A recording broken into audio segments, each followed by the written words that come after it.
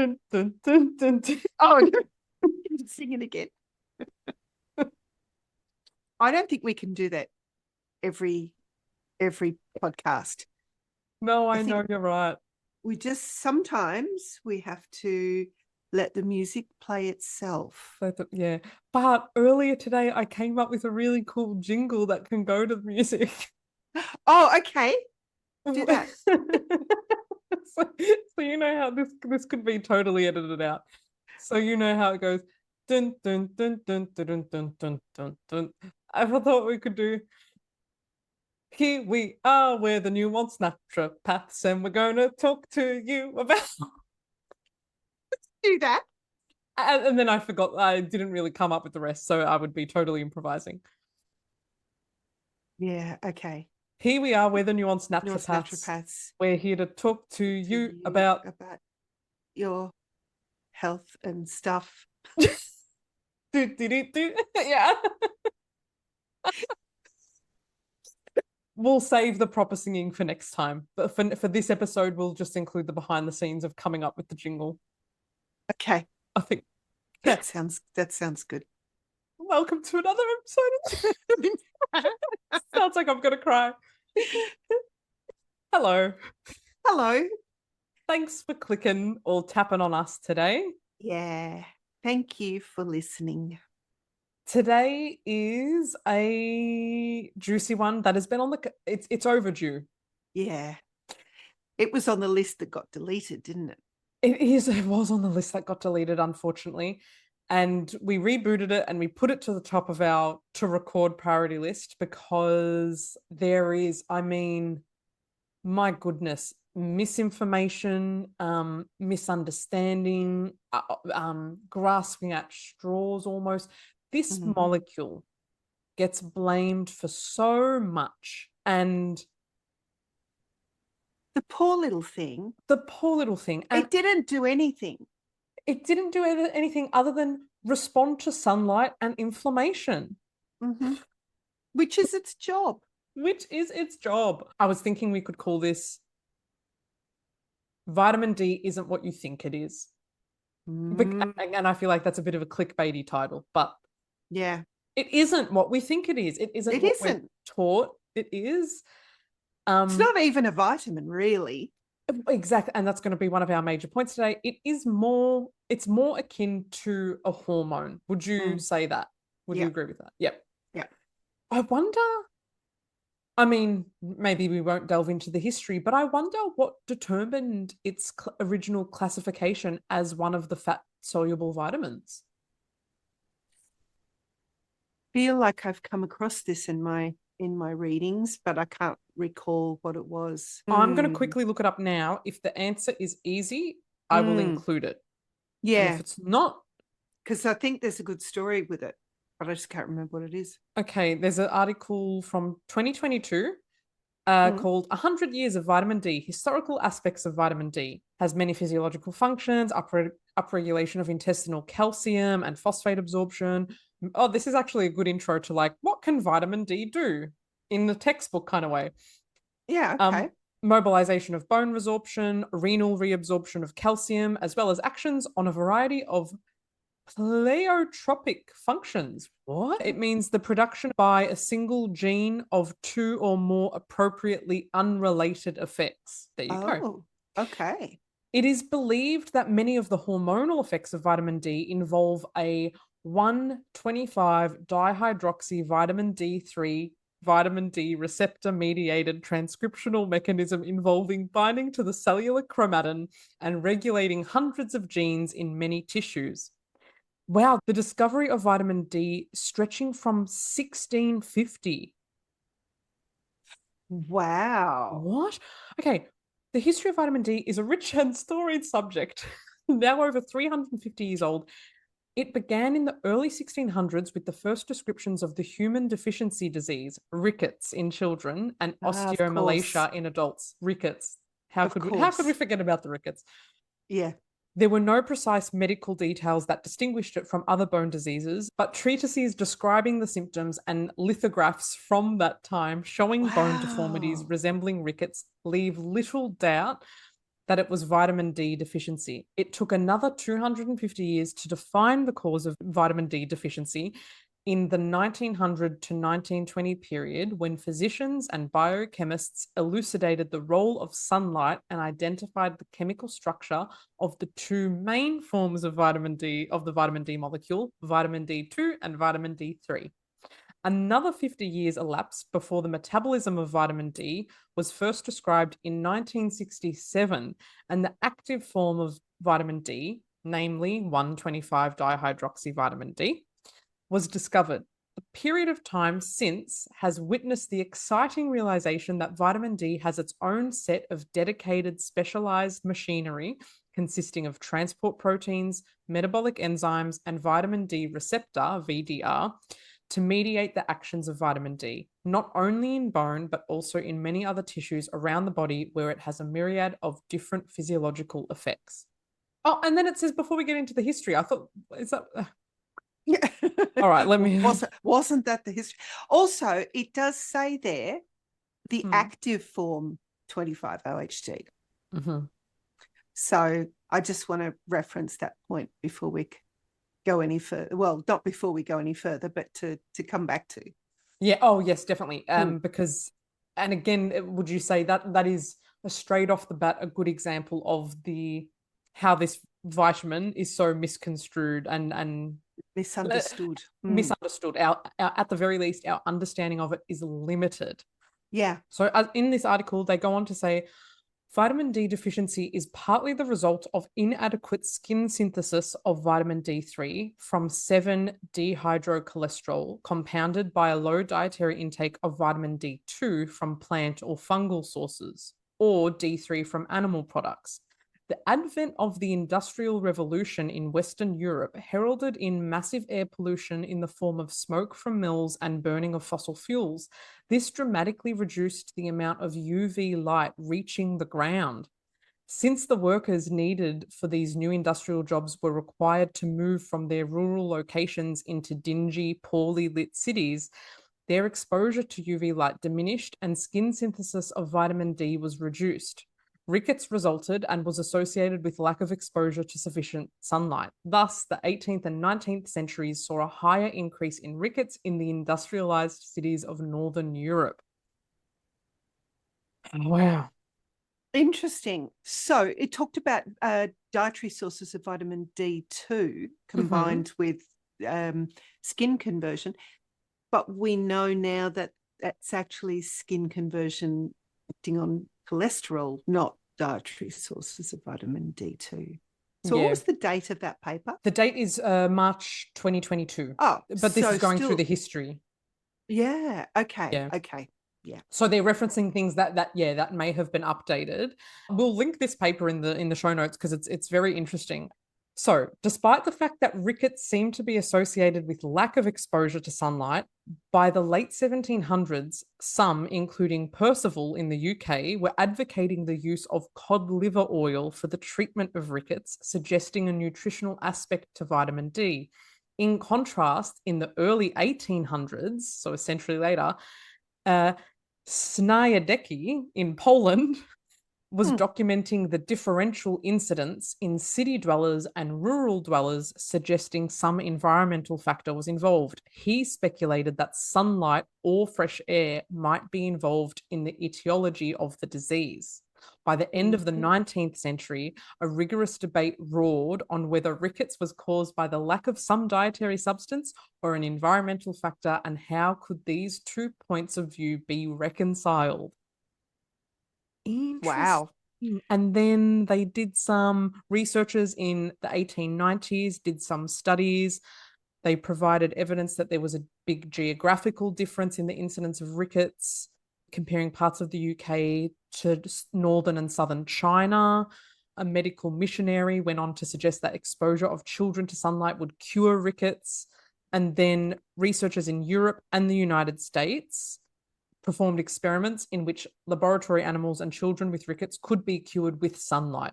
or from mercury arc lamps. Oh, interesting. Probably because there'd be some element of infrared in a mercury arc lamp. Yeah, interesting. And then and so that was when they said, okay, this clearly demonstrates in multiple countries that it's lack of UV light exposure that was one cause of rickets. Interesting.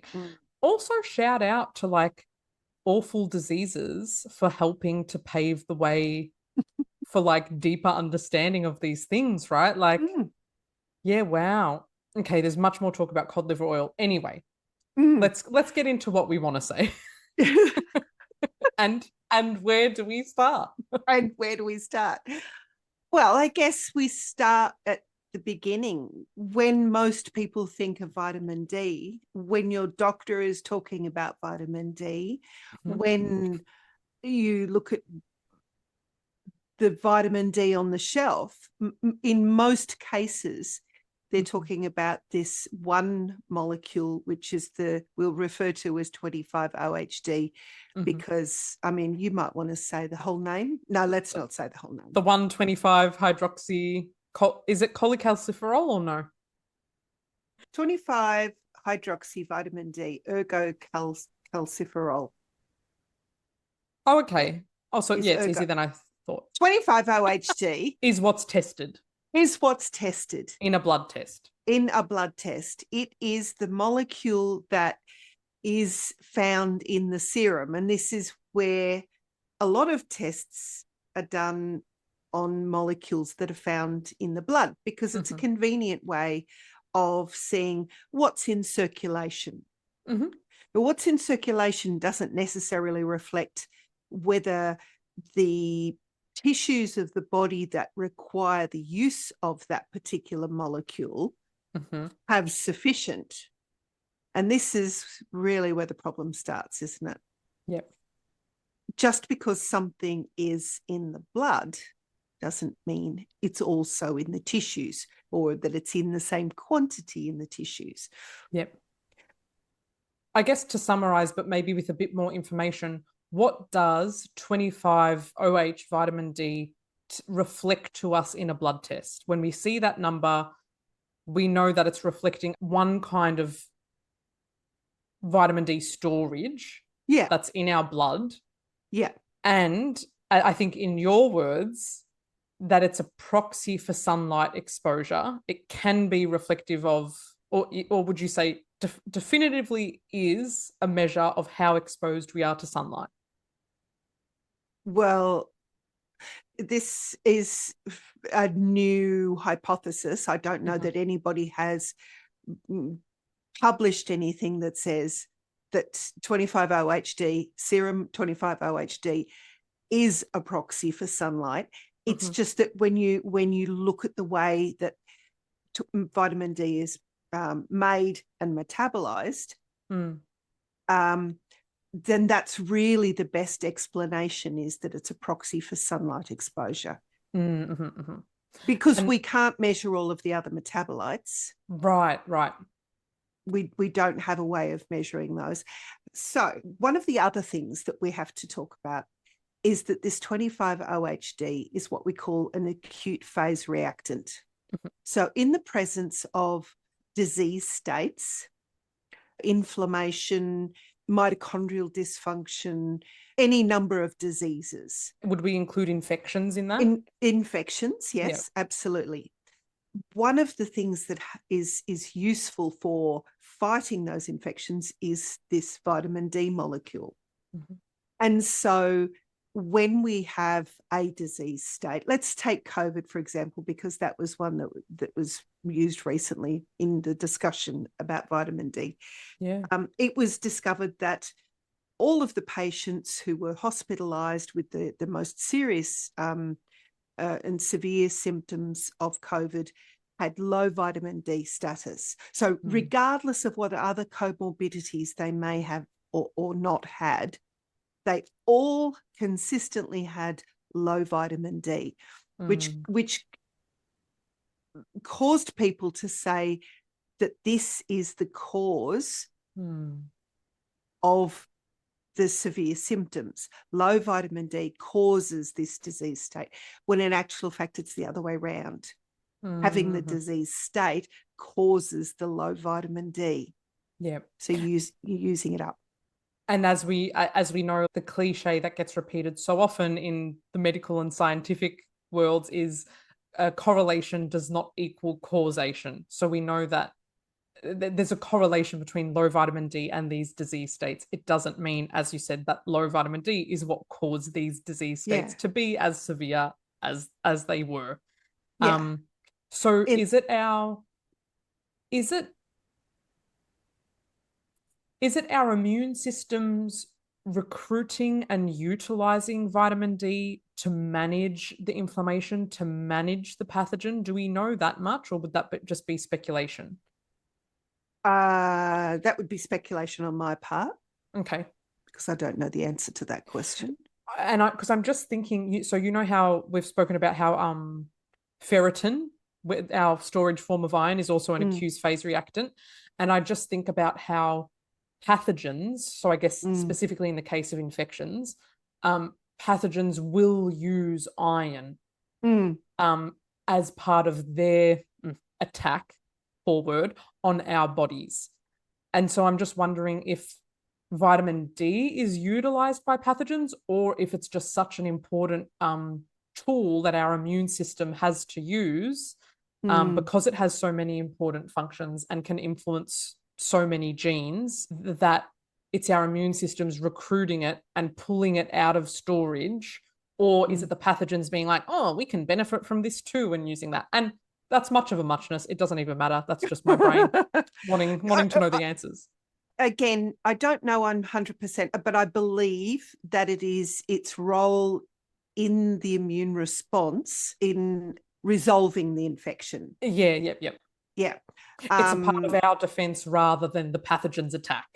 Yeah. So pathogens use iron as a substrate. But when it comes to vitamin D, I think it's the other way around. Our body uses the vitamin D as part of the immune response, and I'm just not sure which part, but yeah, no, that's okay. And I think that's a healthy speculation. And see, folks, here at the Nuanced Naturopaths, sometimes we're just figuring it out. You know, we don't claim to have all the answers. We love hypothesizing. Absolutely. So why then is the question. So we have all these disease states, and the thing that they have in common is low vitamin D. So then we just supplement with vitamin D, right?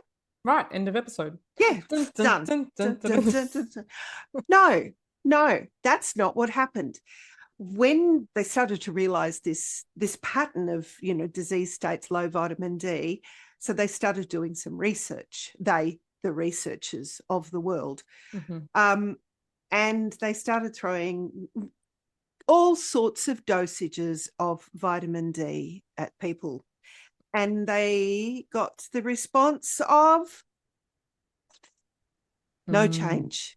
So that it makes you then start questioning, is it the vitamin D that's the problem? And or is it that we're supplementing only specific types of vitamin D when in the body we actually make a myriad of different molecules when we manufacture vitamin D ourselves from the sunlight? This, I feel like there's a good way to or there's like a phrase that would summarize it, and no phrase comes to mind. I just feel like it exists, but this is a great example of where the process is more important than the outcome. It's not a matter of supplement the vitamin D to get your level to this number, to get your level of one marker of vitamin D, only one fat soluble marker that happens to be a form of vitamin D stored in your blood. That it's not the goal to just get that number higher. No. So, and certainly not through supplementation. I mean, of course, if we see it, if I see a blood test result of 25 OH vitamin D3 that's hovering around 20 or less than 50, I'm like, oh, okay, well, yeah, we need to work on this. But, and admittedly, I've prescribed a lot of vitamin D supplementation in the past. I've even got my mum on daily vitamin D supplementation. I actually asked her the other day, I was like, wait, do you take this every day? And she's like, yeah, I need to. And I thought, oh.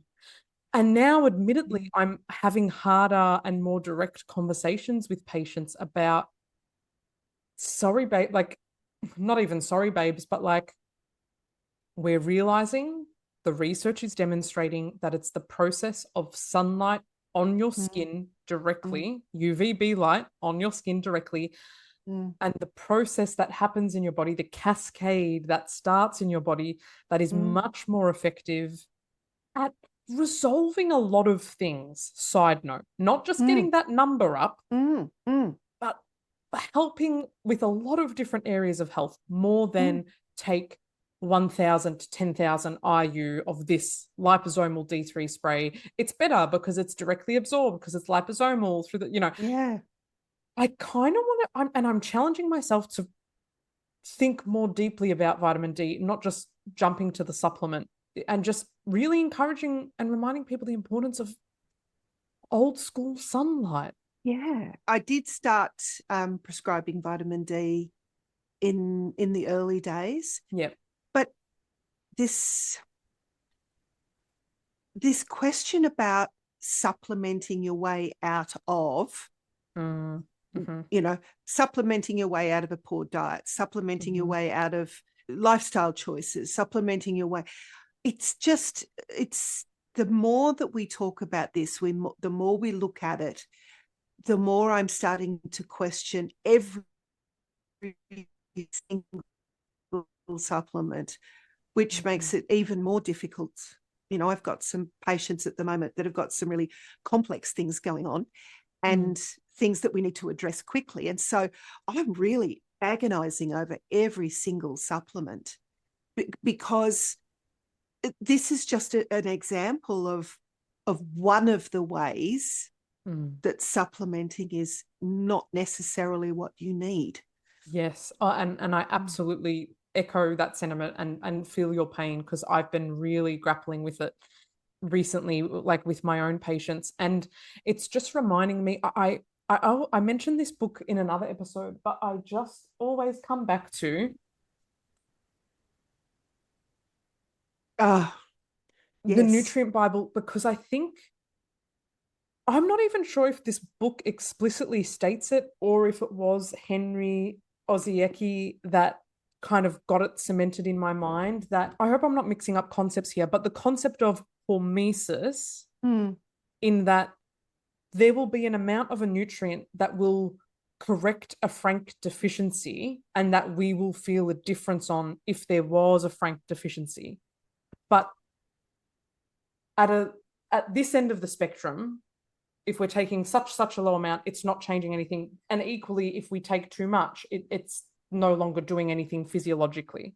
The Wikipedia says hormesis is the stimulation of a beneficial adaptive response by a low dose of a potentially harmful stressor, such as a toxin or environmental factor. Okay. Well, because often when something is, say, in deficit, it creates an excess of something else, because if you've got something that's an antioxidant, say, and then you have an excess of pro-inflammatory molecules like reactive oxygen species, or so it's having that effect.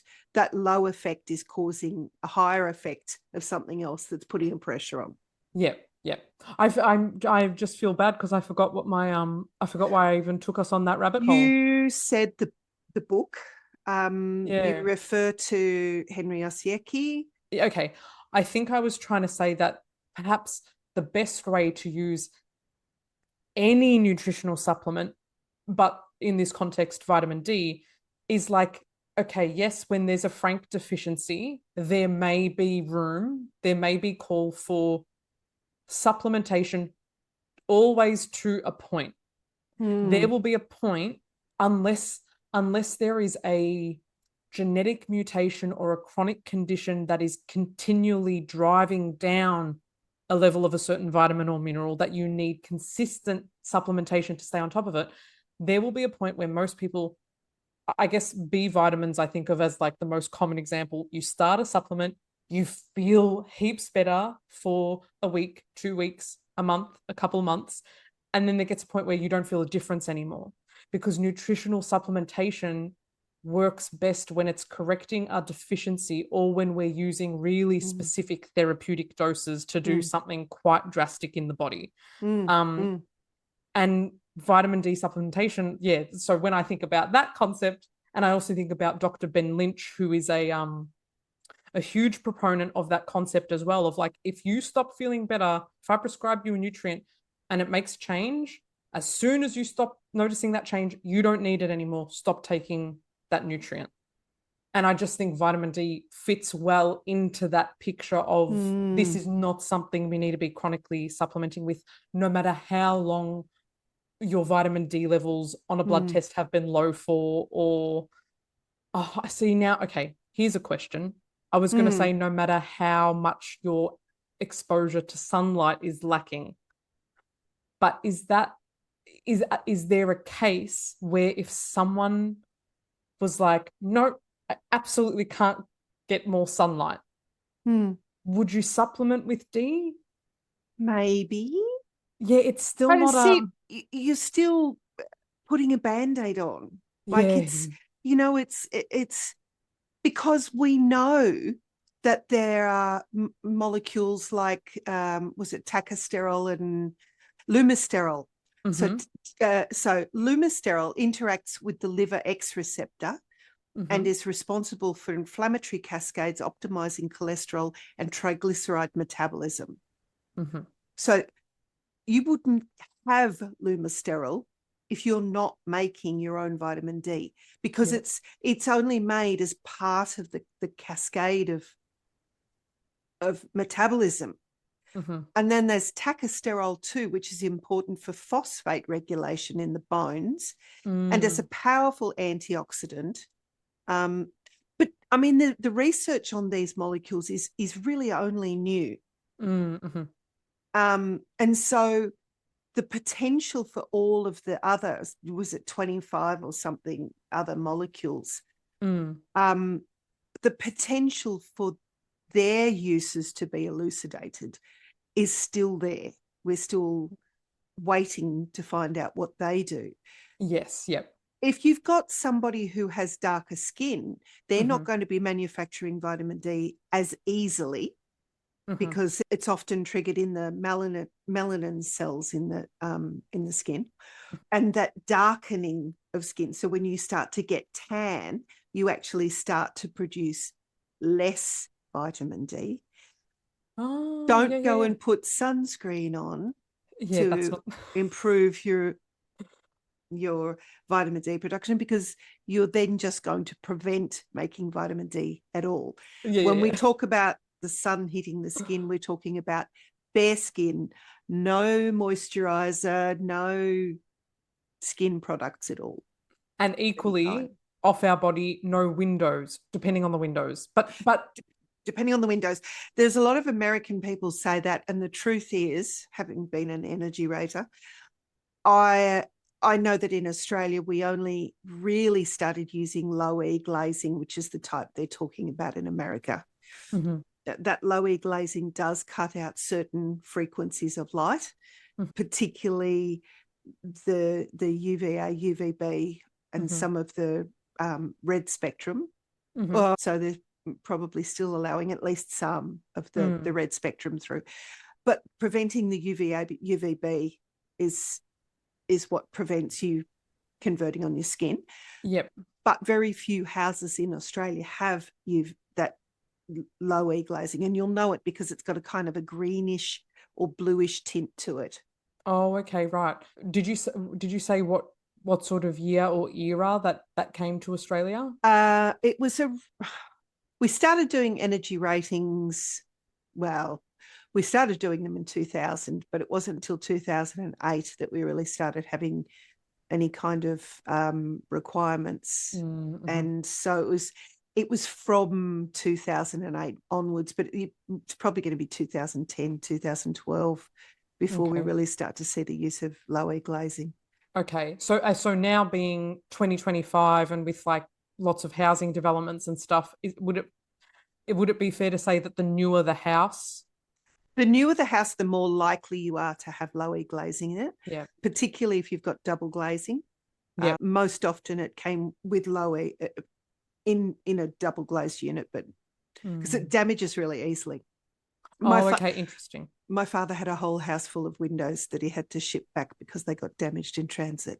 Oh, geez. Because they were single low E glazing. Sorry, we've dived into another part of Ask Julie, energy rating, Julie. And I mean, this is what makes us the nuanced naturopaths, because we'll take one aspect of sunlight hitting our skin and we'll unpack all the nuance there is. And my conclusion from that is that I would still probably tell all of my patients, unless it was a really dire circumstance and they knew what their windows were in their house, I would always encourage to go outside and not rely on sun through a window. Yeah.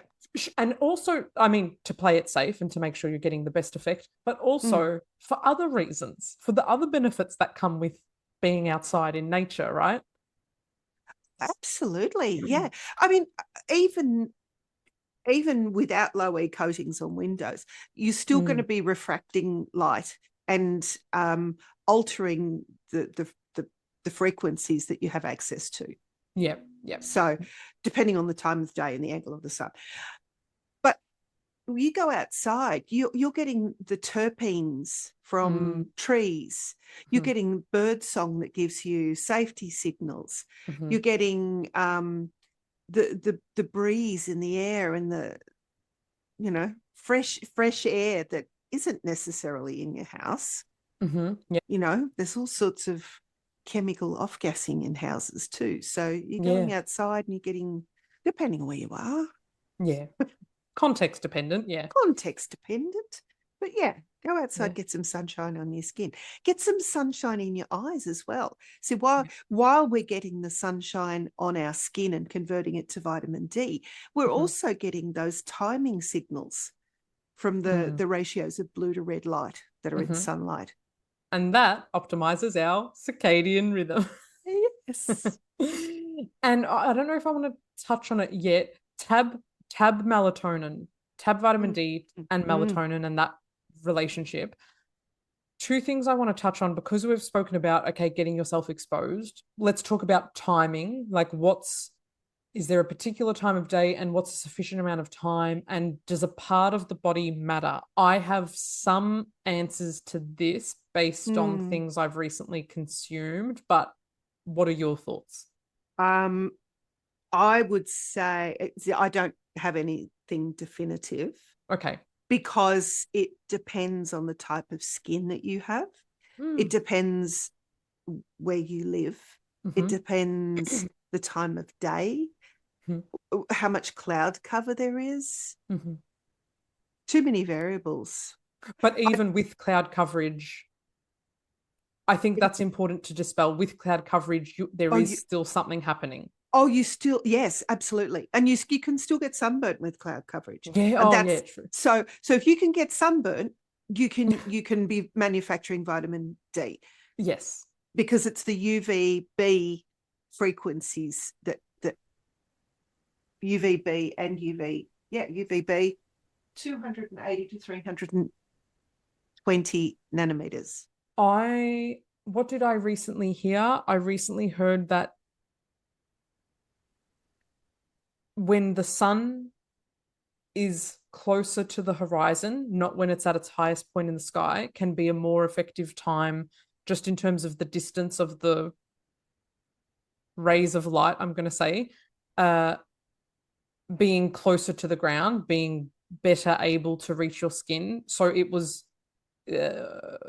where I got this information was suggesting that closer to sunrise or closer to sunset, so like morning and late afternoon, were potentially better times. Okay. And also to prevent burning, which can be more likely when the sun is at its highest point. Yeah, that's true. And I always thought that the location of the skin mattered. But again, in this recent information, there was a suggestion that no, anywhere you can get it is going to make a difference. But particularly when, for the circadian rhythm, obviously, when you're not wearing sunglasses, as long as your eyes are seeing some light, that's helping to set the timing signatures of the day, which sets everything in order.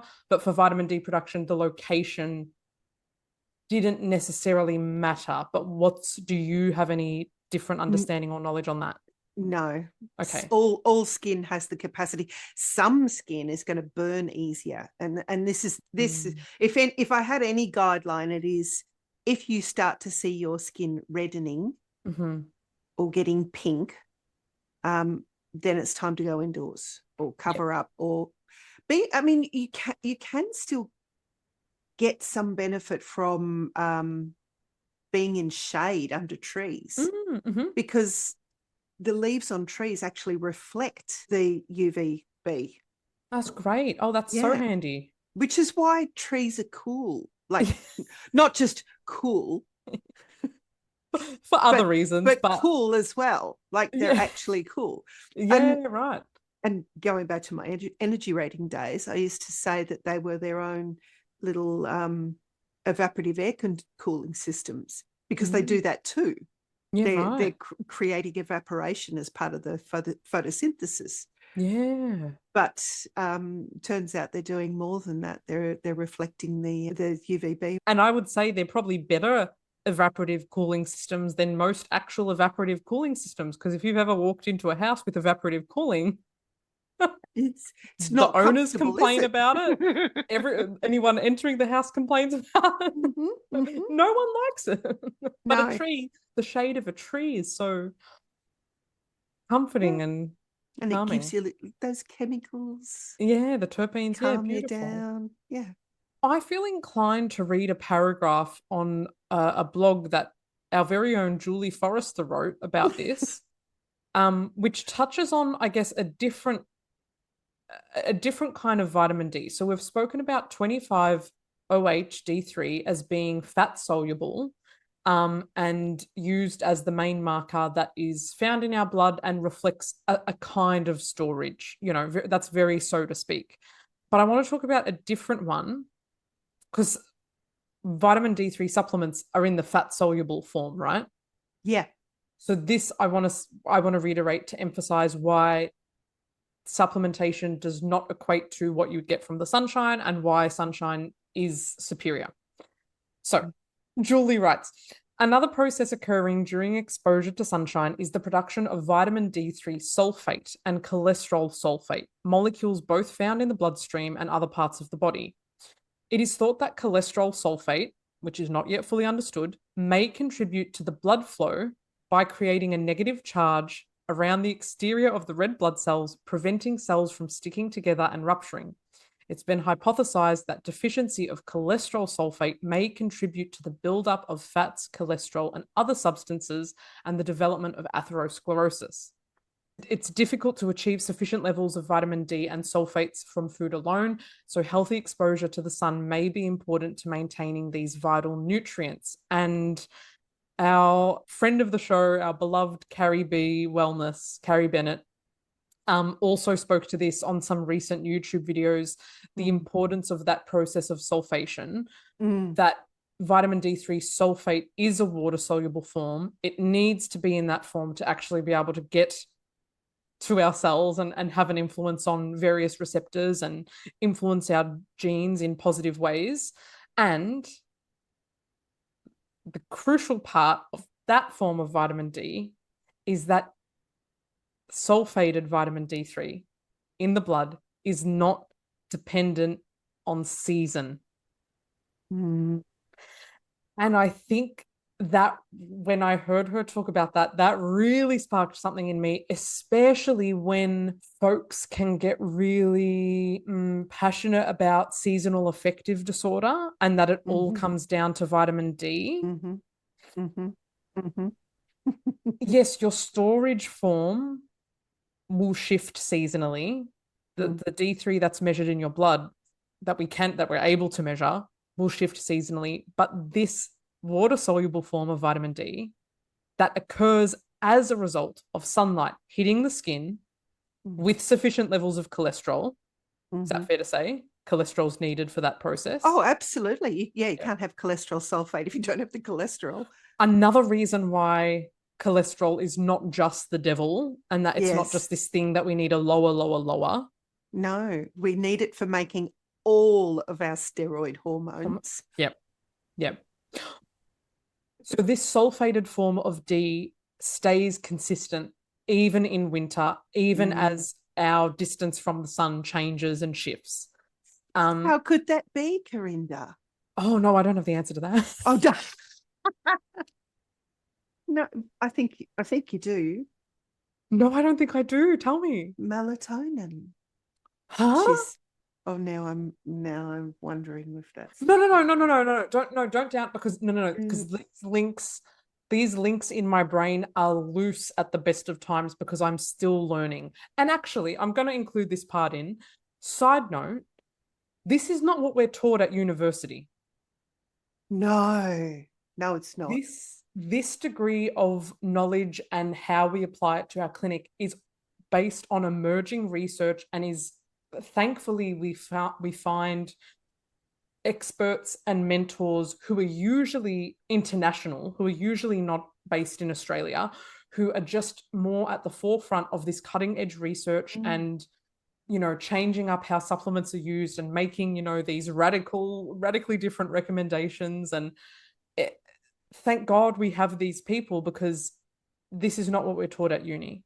In uni, you were lucky if you got a supervisor or someone who was on the cutting edge themselves and learning this stuff themselves, who was able to say things like, just drop casual bombs in class, like, vitamin D, it's more like a hormone than it is a vitamin. It's really a bit silly that we class it as a vitamin. It acts more like a hormone, and that's how important it is. That's the most we got.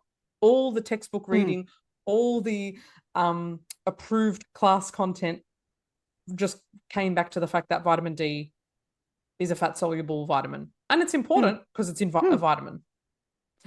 Okay, and that's my little side rant there. Now Julie's going to tell us why melatonin is key in keeping this sulfated vitamin D consistent in our blood. I don't know the precise answer. All I know is that, well, for a start, the design of the human body and all its incredibly complex processes is elegant, to say the least. To think that it would evolve in places in the world where there is very little sunlight at certain times of the year, and then go, oh, well, you just can't make vitamin D. You might die. Bye. Bye. Yeah. It's like the whole menstruating women and iron scenario. Anyway. I was thinking that, yeah. We're just not going to get over that. I know. Well, so in other words, our body is wise. Our body doesn't do things for no reason. Yeah, exactly. Yeah. So in those countries where there is more darkness during certain times of the year and less sunlight, intracellular melatonin, not pineal melatonin, performs many of the same roles as vitamin D does. And in fact, it's found to bond to the same receptors as vitamin D. Oh, and there you go. See, so it's an analog of vitamin D. We know that melatonin is a really potent anti-inflammatory and antioxidant. When it comes to the sulfated version, I can't think of the link precisely, except that I know that the intracellular melatonin bonds to the same receptors and takes the place of vitamin D. And it's thought that they are two hands of the same action. Yeah.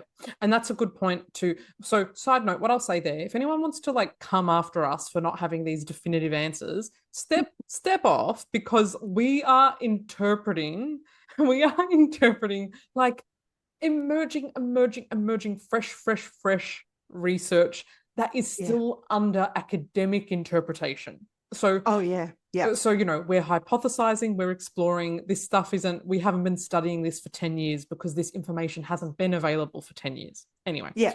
Um, Yeah. but yeah, Julie makes an incredible point, and something that actually came onto my radar relatively early in my vitamin D supplementation journey, because somewhere down the line, one of these biohacking wizards from North America on Instagram, like Dr. Huberman or something, probably in 2017 or something, I learned from them that you don't really want to take vitamin D after midday because of its potential interference with melatonin, because of its potential Oh, contrasting uh, effect compared to melatonin. So that's been in my brain for years, but it didn't occur to me that vitamin D is reflective and responsive to sunlight, and melatonin is responsive to darkness. And we consider melatonin a hormone, yeah. and so much more than that. But vitamin D has always just been a vitamin. And I think that's a great way to just get us to start thinking slightly differently about it. Like, hang on, vitamin D and sunlight, melatonin and darkness. Oh, they work Yeah. together. They work on Well, the same receptors. Interesting. just to define melatonin, so we've got the pineal melatonin, which is in response to darkness. Mm-hmm. I mean, it's essentially the same molecule. It's just where it's located that defines the two. Mm-hmm. And then the intracellular melatonin is actually made in response to some frequency or infrared frequencies or red frequencies of Yep. the spectrum. Yep. And again, emphasizing the importance of sunlight and darkness exposure along the whole day and into the night, because there are different molecules that will be responsive to different amounts of darkness. There will be genes that will be more active at certain times based on your exposure to darkness or what your exposure to daytime sunlight was at different points in the day. I think that's also a good opportunity to remember that it's not just the same frequencies of light throughout the day. There's more blue in the morning. It's constantly changing based on the angle. And and I wish I was better at physics, because I'd probably be able to explain that so much better, but that's what you need to know. Throughout, at different times of the day, different frequencies are available, and our body is designed, I want to say, to respond in accordance with those varying frequencies. Absolutely. We've got clock genes. Yes. Oh, yes. We have little clock genes. I'm still blown away by the fact that we have in the suprachiasmatic nucleus, we have a little device that oscillates at the frequency of the light that's coming in and then transmits that frequency all the way through the body. It's just beautiful. It is getting increasingly more difficult to succumb to the reductionist way of viewing the body. When Julie reminds us that there is a thing in our brain oscillating in response to a frequency of light, transmitting that frequency throughout our body, that sets off a cellular cascade of molecules that help us manage inflammation and tell our genes what to do at certain times and upregulate this organ, release more of that hormone at this time. How do you not believe in magic? How do you not believe in the power of light and sound and vibration? And they're all vibrations, but how can you not believe in subtle energetic medicine when our beings are so sensitive and subtle? Yeah. Yeah. And equally, how can you say to me, I only need 2 hours sleep a night? Or Is anyone saying that shit? no, well, I have no, well, maybe not 2 hours, but I have had people in the past, pre-naturopathy, that have said to me, oh, I only need 5 hours sleep a night. I'm fine. I'm fine. I'm fine. Yeah. Wired, well, like yeah. Twitching. yeah. Yeah, you just can't say that, or equally, you can't take the human out of the environment and put it in a little box with windows, fair enough, and then say you've evolved for millions of years outside, walking, finding your own food, being out in the elements. And now you're in this little box. It's all the same. It's not the same. Nah. Not the same to be living indoors.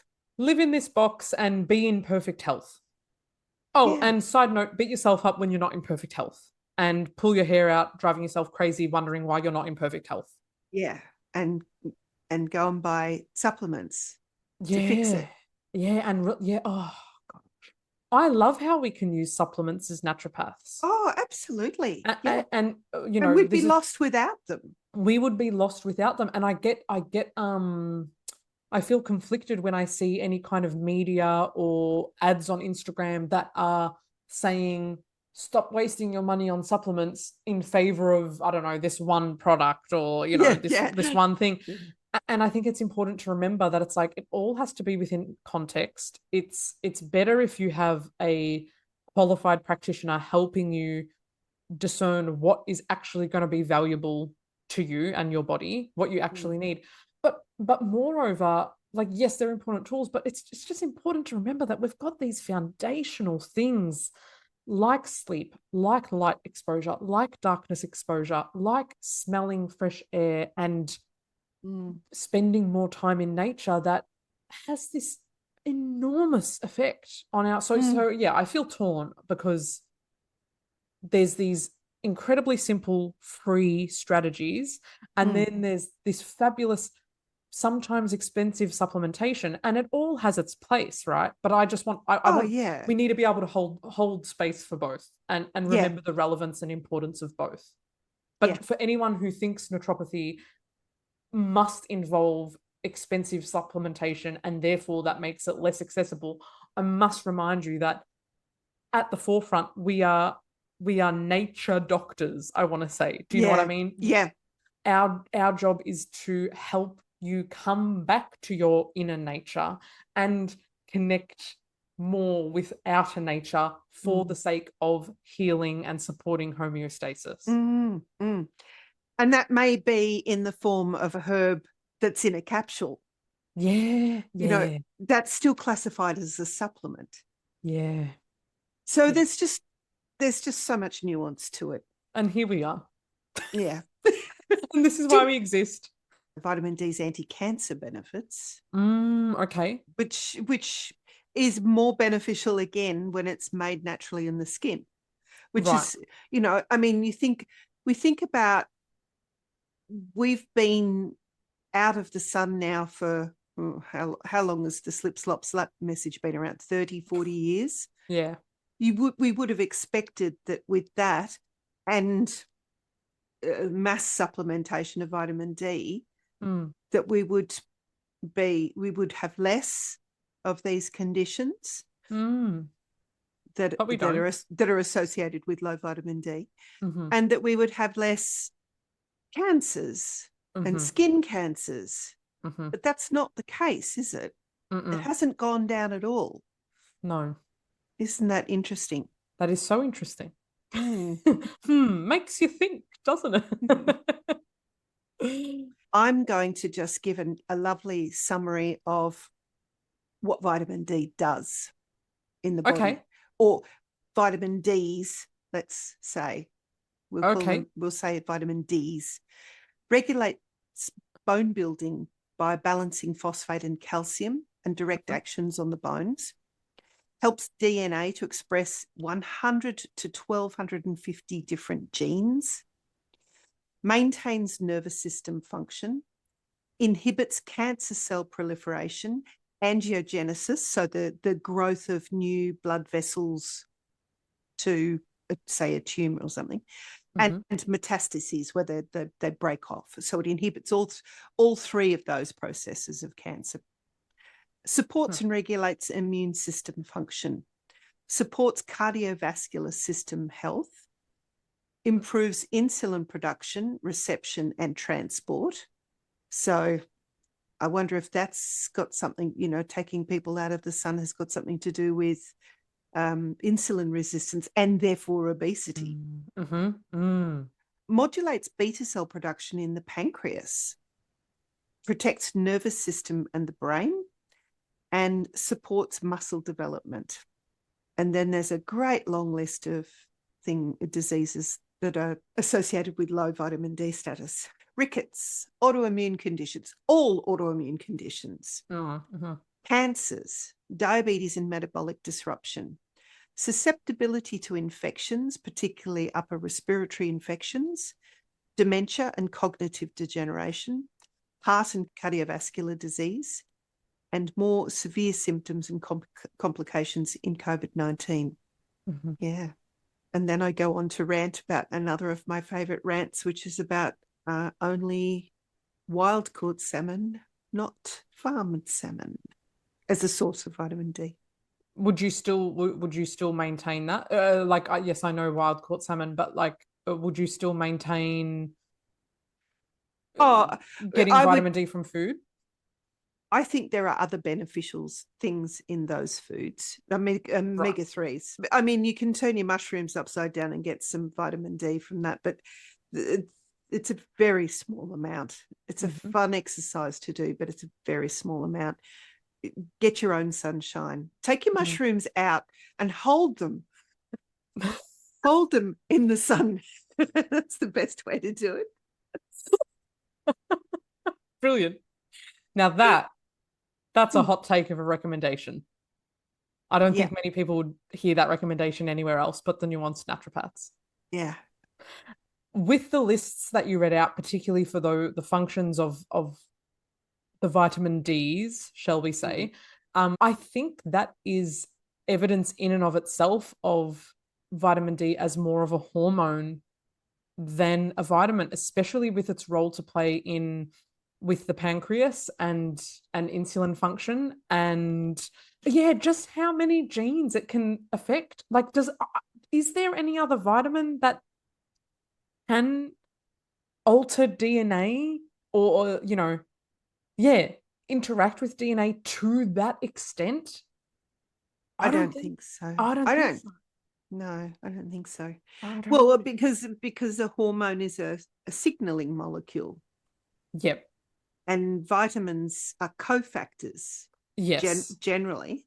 True. Whereas that's a great point. And vitamin D, where the receptors are found is beyond where other vitamin or mineral receptors are found, or no, not even receptors, but where the wherever the enzymes that rely on a certain vitamin or mineral are taking place. It's not just a different molecule needing some vitamin D to work. It's like this direct cellular effect. I wonder if that's, I mean, again, we're hypothesizing, we're a little bit rogue here, but is that enough to help define it as a hormone, that it has a direct impact on on the cell, on cells, rather than influencing liver enzyme pathways, or or being fed on by our intestinal microbiota, and that conferring benefits in that way? And which one are we talking? Look, I think, I mean, vitamin, the word itself was taken from, was it vital amine, I think, or vital molecule. But that was very, very early days before they really understood that there were so many of them. Yeah, right. And one day we're going to have a little chat about ergothioneine, which is another, maybe it's a vitamin that's been ignored. Oh, Mm. twists, keeping us on our toes. Um, the word vitamin is derived from the Latin word vita, meaning life. Min is a suffix added to indicate a substance that is essential for life. Yep. Oh, there you go. The Yeah. term vitamin was first proposed in 1912. Oh, Yeah. so what were they calling D3 back in the 1600s when they were learning all that stuff? Like, how were they just knew it was a thing in the body, but it didn't have like a classification? Well, they hadn't identified what the molecule was. They Right. just knew there was an association, So, and therefore there was probably a molecule. Maybe that's what they were maybe they were calling it a chemical. I don't know. Maybe they called it something else back then. interesting. Your vital amine reference is coming up. Here we go. Oh, is it? Okay. So it was proposed in 1912 by Polish biochemist Casimir Funk. Funk was studying beriberi, a disease caused by a deficiency of thiamine. Again, a classic deficiency disease, helps save the day and helps further science. He isolated a substance from rice bran that could cure beriberi and proposed that it was a vital amine, vita plus amine. However, it was later discovered that not all vitamins are amines. In 1920, Jack Cecil Drummond proposed the term vitamine to include both amine and non-amine nutrients. Okay, so they were like, okay, great start, and then they altered it a bit. Okay. Yeah. And then I think it was Captain Cook that discovered that that all of his sailors got really sick on the journey to, I think it was actually to New Zealand, and they ended up getting off the ship and they were eating just grass. And because they had very little food there, they'd run out of food, and they all got well. Yeah. And that was part of the way that they discovered vitamin C, because then they realized there was something in plants. And then they took barrels of limes with them on ships. That'll do it. That'll help prevent scurvy, hey? Yeah. Now, if you would like if you would like easier to digest information in a readable format, in a more structured format, please find in the show notes the link to Julie's blog post that she wrote up called Taking Vitamin D versus Making Vitamin D. Oh, we can also use that in the title of this episode. Fantastic. We could do that. Closing thoughts, closing statements. Is that it? That's it. I mean, it's part of our ongoing discussion about the nuance of things. You know, it's not black and white. There's not a simple answer. Yep. Vitamin D isn't just one thing. And it turns out we do need to be outside, being animals in the way that we evolved to be. Surprise. Surprise, surprise. And if you find yourself now looking at your bottle of vitamin D3 capsules or spray and you're like, should I be taking this? And then you start to look at other supplements and you're like, is this the best supplements I could be on? Are these relevant to me? Feel free to book in a supplement and medications review session with our very own Julie. Thank you. Because it's so easy to self-prescribe these days. It's so easy to get recommended things by retail assistants or pharmacists or health food store assistants. Or online. Or online, yes. Oh my God, yeah, podcasts, our podcast. No, hopefully not our podcast. Don't go self-prescribing anything other than sunlight and mouth taping from our podcast. But yeah, you know, there's a lot of information to sift through and unpack, and it's easy to convince people they need to be on a certain thing, or it's easy to like really hype up a specific supplement or worse, like a specifically marketed product. So yeah, let Julie help you sort of decode what will be most relevant for you based on your case history, based on what your body is telling us. Yeah, I think that's a great kind of consult. Thanks. I think it's a great thing to see people saving money on things they don't need. Or, sometimes I see people taking duplicates of the same thing, of the same whatever it is, vitamin, mineral, or herb. And then there's something really important that they're not taking, that they specifically need. Yes. Yeah. And yeah, I think we probably all see that as naturopaths. Yeah, definitely. Yeah. If you are having trouble with your menstrual cycles, if you are wondering, should I be on the pill, or is there a better way? Mm-hmm. Can something be done about these annoying menstrual cramps that I'm having? Do you have PCOS? Do you have a PCOS diagnosis and you're not convinced that that's correct? Are you low in iron? Then go and see Karinda, because she will work. She'll work it all out for you. She'll sort you out. Talk about a medication that is known to cause multiple vitamin and mineral deficiencies. Like that's how I'll make it relevant to this conversation. The pill, vitamin and mineral supplementation isn't always warranted, but being on the pill for years, generally, I'm putting those patients on some kind of B complex at the least, or a multi-mineral formula at the most, because often there's so many symptoms we can correct just by repleting that deficiency. So please do thank you for the shout out, Julie, and please do feel welcome to hit me up. Julie and I both offer free cost and obligation-free connection calls where you chat to us for about 15 minutes and just explore what's going on for you and how we could possibly help in your health and healing journey, what naturopathy could do for you, what that path forward would look like for you. And you can also suss us out and see if we're a kind of practitioner that you would like to have on your health team. Absolutely. And also, if you've got gut health problems and menstrual problems, we do work together with people. We love taking cases together and sharing cases. So if you feel like you'd like 2 naturopaths on your health team, we are very open to that. There is a link in the show notes to message us both. And there's also our respective links if you want to book a session with either Julie or myself. Always feel welcome to message us on Instagram as well. Comment on our episodes on YouTube or Spotify.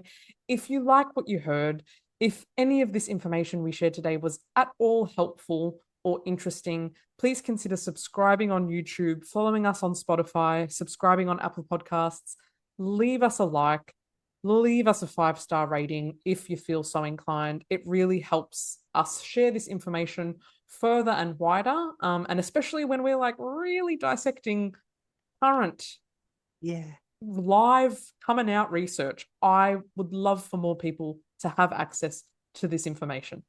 And just a final shout out, the reason why it's important for other people to be able to find us was displayed the other day when I received a message from one of our lovely listeners who reached out to say that she had listened to our episode about hormonal contraceptives and meningiomas.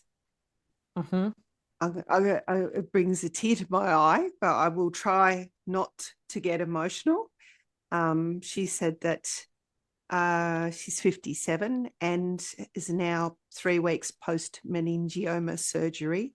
She's doing extremely well and feels blessed that she's on this side of the healing process. But she hadn't been made aware of the link between hormonal contraceptives and meningiomas, and just wanted to know a bit more information. And to be able to give people that sort of information, I am getting emotional, is really special.